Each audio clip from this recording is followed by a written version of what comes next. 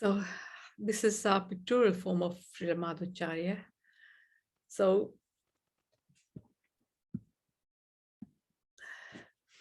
the timeline of the appearance of the lordships and main acharyas of the four sampradayas. So basically there are four sampradayas which have come from Krishna. So Lord Krishna left the earth approximately 5,000 years ago. And Lord Buddha came 2,500 years ago, so approximately 500 BC. And then we have Shankaracharya, who came 1,000 years later, so in 500 AD. And then we have the Rudra Sampradaya, which started by Vishnu Swami, which is 600 AD. And then we have the Sri Sampradaya, started by Ramanujacharya, which was 1,000 AD. Then we have the four Kumara Sampradaya, which started by Madhvacharya, which is 1100 AD. And then finally, the Brahma Sampradaya, which started by Madhvacharya, which is 1200 AD. So if we follow the Gaudiya Vaishnava Sampradaya, which is the Brahma Gaudiya Madhav Sampradaya. So we're in the Brahma Sampradaya. And then we have Lord Chaitanya, who came to Navadvip in 1500 AD. So this is basically the timeline of the different gurus. And then finally, our own Srila Prabhupada, who came 1900 AD.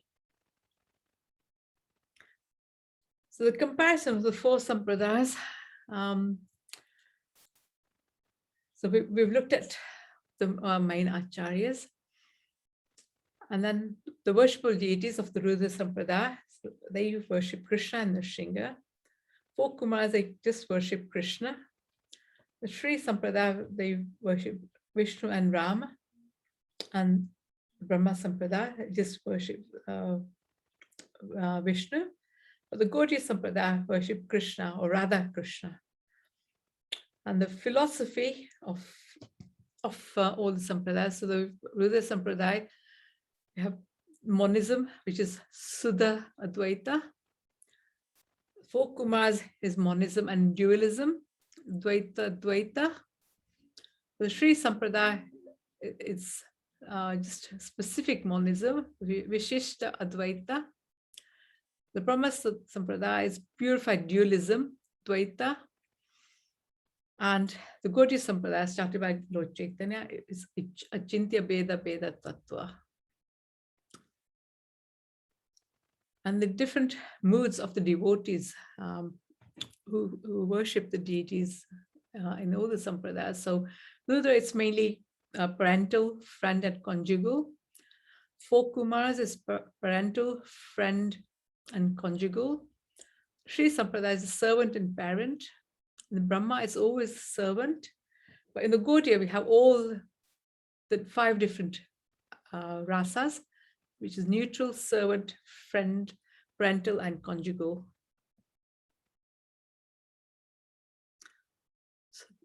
So as you can see, these are all the different pictorial forms of the different sampradayas.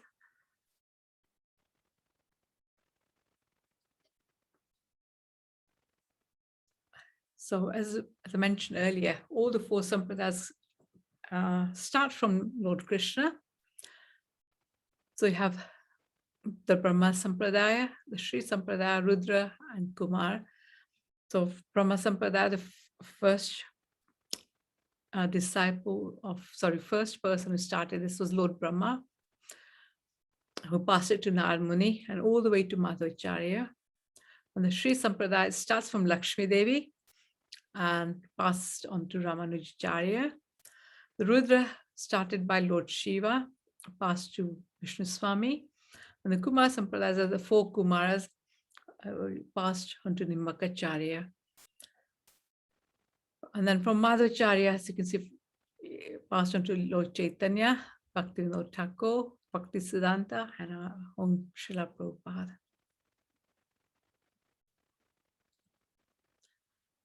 So let's just talk about Madhvacharya now. Background and summary. So Lord Krishna stresses in Bhagavad Gita The essence of all Vedic knowledge is that God is a person.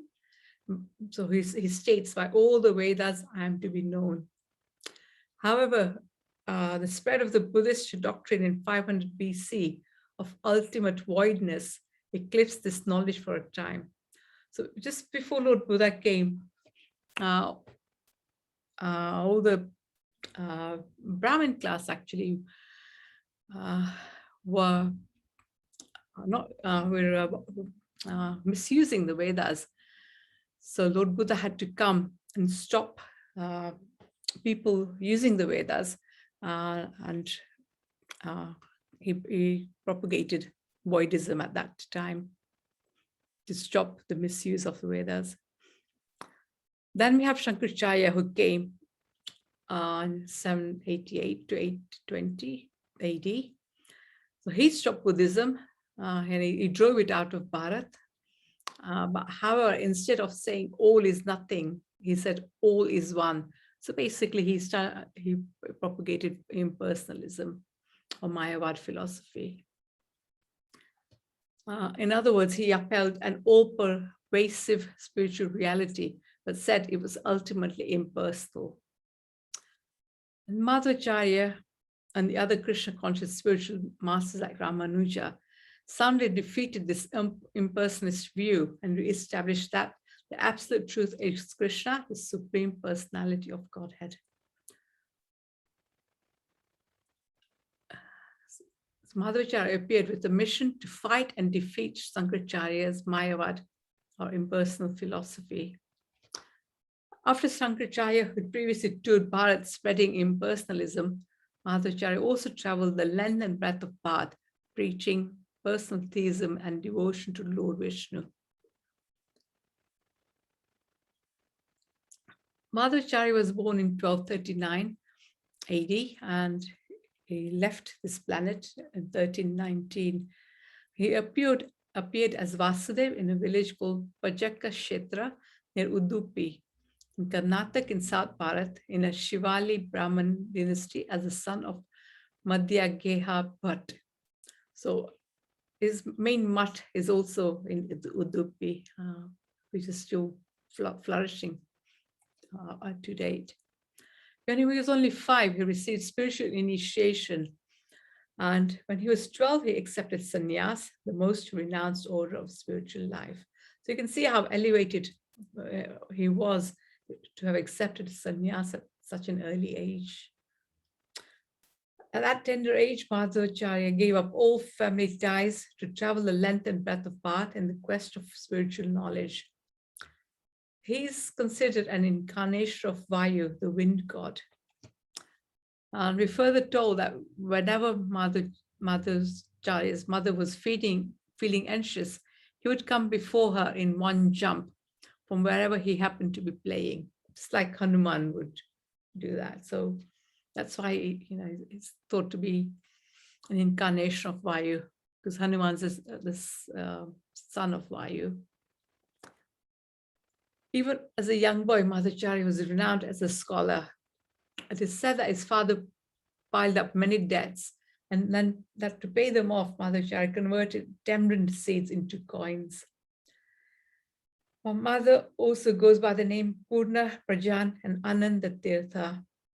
He had an unusually strong physique and extraordinary intellectual power. His immense strength and mystic powers are described as follows. There's some amazing stories surrounding Madhvacharya's early life. They said that near Madhvacharya's house, a demon named Maniman lived in the form of a snake. Madhvacharya killed him with the big toe of his left foot. Another story that's been related is that once a fierce Bengali tiger attacked Madhvacharya's sannyas disciple Satya Tirtha. Madhvacharya wrestled the tiger and sent him away with his tail between his legs. Often in the province of Ganga Pradesh, there were fights between Hindus and Muslims. The Hindus were on one bank of the river and the Muslims on the other.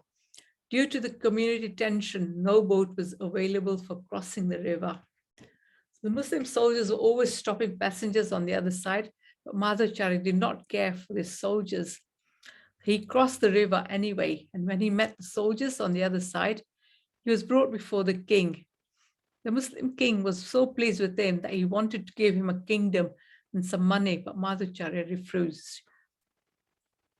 While walking on the road, he was attacked by some dacoits, but by his bodily strength, he killed them all. Madhvacharya's pursuit of the absolute truth.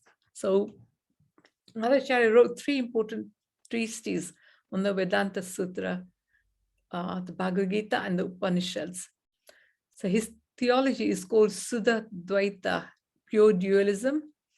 More than anyone, he stressed the difference between God and the individual soul. By giving a pure interpretation of Vedanta Sutra, he promoted pure theism. He named his innovative Shastric explanation Dvaita Dvaita Vada, or pure dualism. Madhvacharya's learning and devotion to Krishna were famous throughout Bharat. So he traveled extensively throughout Bharat and defeated innumerable Jains, Buddhists, Mayavadis, atheists, logicians, and agnostics. In the course of his travels, he visited Badrikashram, a place of pilgrimage high in the Himalayas. There he met the great sage Srila Vyasadeva.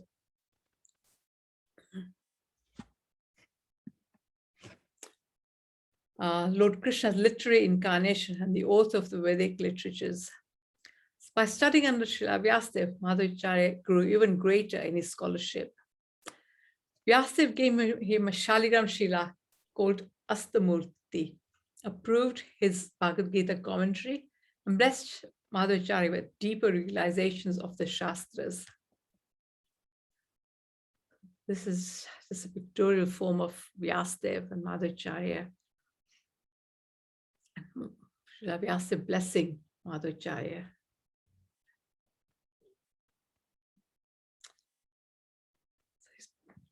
Pastimes in Udupi. So after coming down from Badrikashram, Madhvacharya at last returned to his birthplace, Udupi, and a wonderful pastime unfolded.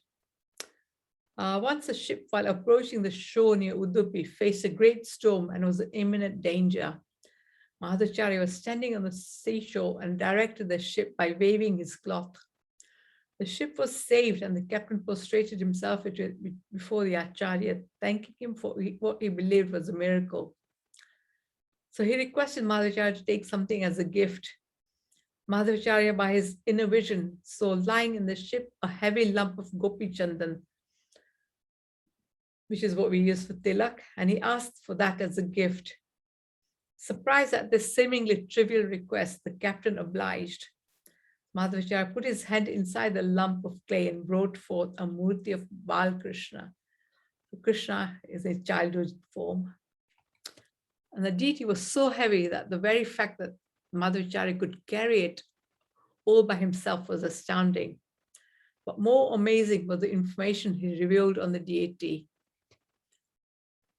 So the deity was apparently made by the divine architect Vishwakarma and was kept by Krishna's leading queen Kurukmini in Dwarka in Dwapar Yuga. So this is Madhvacharya taking that murti from the ship back into his mat. So when Dwarka was submerged in the sea at the end of Krishna's time, the deity was lost. So that same deity is still worshipped in the Udupi today. The deity had a stick in one hand and a lump of food in the other. As soon as Madhvacharya received the deity of Krishna in this way, he composed a prayer. So Madhvacharya personally brought and installed this deity to Udupi. And worship of this deity is still going on at Udupi according to the plans Madhvacharya established. He had 8 principal disciples, all of whom took sannyas from him, became directors of his 8 monasteries. So it established these 8 mats to lovingly serve Udupi Krishna. So if you go to Udupi, you can see all these 8 mats surrounding the temple of Balakrishna there.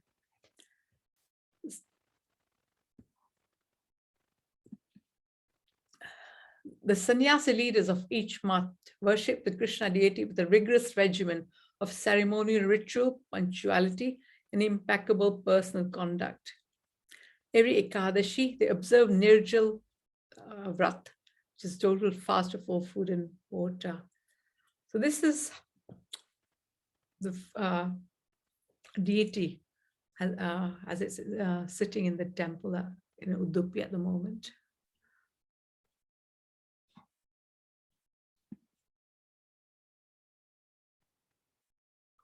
This is just a closer view. This is a picture of the actual temple, Udupi, with Jay and Vijay guarding the doorway. And you can see just the Gopuram here. That's one of the doorways to the courtyard of this temple. And there's this nice lake there where various pastimes are enacted during the year with the festival deities. So he left 9 teachings. The first teaching that he left was Sri Krishna alone is the supreme absolute truth, one without a second. Krishna is the object of knowledge in all the Vedas. The universe is real, Satya, it's not illusion. The differences between Ishwar, God, Jiva, a soul, and matter are real. Jiva souls are by nature the servants of the Supreme Lord Hari. There are 2 categories of jivas, liberated and illusioned. Liberation, moksha, means attaining the lotus feet of Bhagwan Krishna. In other words, entering an eternal relationship of service to the Supreme Lord. So those are the 5 relationships, as we mentioned earlier. Neutrality, friend, servant, parent, or conjugal lover. Pure devotional service to Krishna is the only way to attain this liberation. The truth may be known by pratyaksha, direct perception, anuman, inference or logic, shabda, spiritual sound, or Vedic authority. So, Srila Prabhupada's comments on Madhvacharya. Srila Madhvacharya is the original Acharya for those who belong to the Madhav Gaudiya Sampradaya. This is from the Srimad Bhagavatam, 6th canto, 1st verse, 40th, first chapter, 40th verse in the purport. This Madhav Gaudiya Sampradaya is also known as the Brahma Sampradaya because the disciplic succession originally began from Brahma. Brahma instructed Narad Muni, Narad instructed Vyasadev, and Vyasadev instructed Madhav Muni or Madhvacharya. This is from the Krishna book in the introduction. Srila Prabhupada also comments, among the 4 Vaishnava Acharyas who are all accepted by the Gaudiya Vaishnavas, Sri Ramanuja Acharya appeared in the southern part of Andhra Pradesh at Mahabhutapuri. Madhvacharya appeared at Panchakam near Vimanagiri in the district of Mangalore. Vishnu Swami appeared at Pandya and Nimbakacharya appeared at Mungera Patana in the extreme south. Sri Chaitanya Mahaprabhu accepted the chain of disciplic succession for Madhvacharya, but the Vaishnavas in his line do not accept the Tattvavadis, who also claim to belong to the Madhva Sampradaya. So to distinguish themselves clearly from the Tattvavadi branch of Madhva's descendants, the Vaishnavas of Bengal, refer to call themselves Gaudiya Vaishnavas. Sri Madhvacharya is also known as Sri Gaud Purnananda, and therefore the name Madhav Gaudiya Sampradaya is quite suitable for the disciplic succession of the Gaudiya Vaishnavas. Our spiritual master Om Vishnupad Srimad Bhaktisiddhanta Saraswati Goswami Maharaj accepted initiation in the Madhav Gaudiya Sampradaya. So this is the purport in Chaitanya Charitamrita, Adi Leela, chapter 1, verse 19. The Gaudiya Vaishnava Sampradaya originates with Madhvacharya. So Sri Chaitanya Mahaprabhu and his followers thoroughly studied Madhvacharya's works before compiling their philosophy. For the Sandarbhas, Sri Jiva Goswami drew heavily from Madhvacharya's writings. Jiva Goswami found the Gaudiya philosophy of Achintya Beda Beda Tattva in Madhvacharya's Bhagavad Parya. Lord Chaitanya himself visited Udupi, the seat of Madhvacharya's sect, and the Lord introduced Harinam Sankirtan to their sect. In Premeya Ratnavali, Sri Baldev Vidyabhushan summarized the 9 principles common to both Sri Chaitanya and Madhvacharya's teachings. In the Vaishnava Siddhanta Mala, Sri Bhakti Vinod Thakur says, Sri Chaitanya Mahaprabhu ordered all Gaudiya Vaishnavas to carefully observe the 9 instructions of truth given by Srila Madhvacharya through our Guru Parampara. So Madhvacharya serves as Madhavi Gopi in Radha Govinda's eternal Vrindavan pleasure pastimes. He passed from this material world at the age of 80 while writing the commentary on the Aitareya Upanishad. So Madhvacharya. Okay, so Gauranga Mahaprabhu took 2 teachings from each of the 4 sampradayas. From the Sri Sampradaya, which is from Ramanujacharya, he took unalloyed devotional service free from karma and gyan, service to devotees, Vaishnava Seva. From Madhvacharya's Sampradaya, he took complete defeat of the Mayavad philosophy and worship of Krishna deities. From Rudra Sampradaya, took total dependence on Krishna and the path of spontaneous devotion. And from the 4 Kumara Sampradaya, he took exclusive shelter of Radharani and exalted love of gopis for Krishna. So this is just a little chart of the Guru Parampara, starting from Krishna, going to Brahma, Narad, Vyas, Madhvacharya, all the way down. Then you see number 21, Ishwara Puri, 22, Lord Chaitanya, and then the Goswamis, initially Rupa and Sanat, and then Raghunath Jiva, and Krishnadas Kaviraj, Narottam Das Thakur, Vishwanath Chakravarti Thakur, Jagannath Das Babaji, Bhakti Vinod Thakur, Gaur Kishore Das Babaji, Bhakti Siddhanta Saraswati, and then Srila Prabhupada. So Madhvacharya ki Jai. Anyone, any comments or any additions?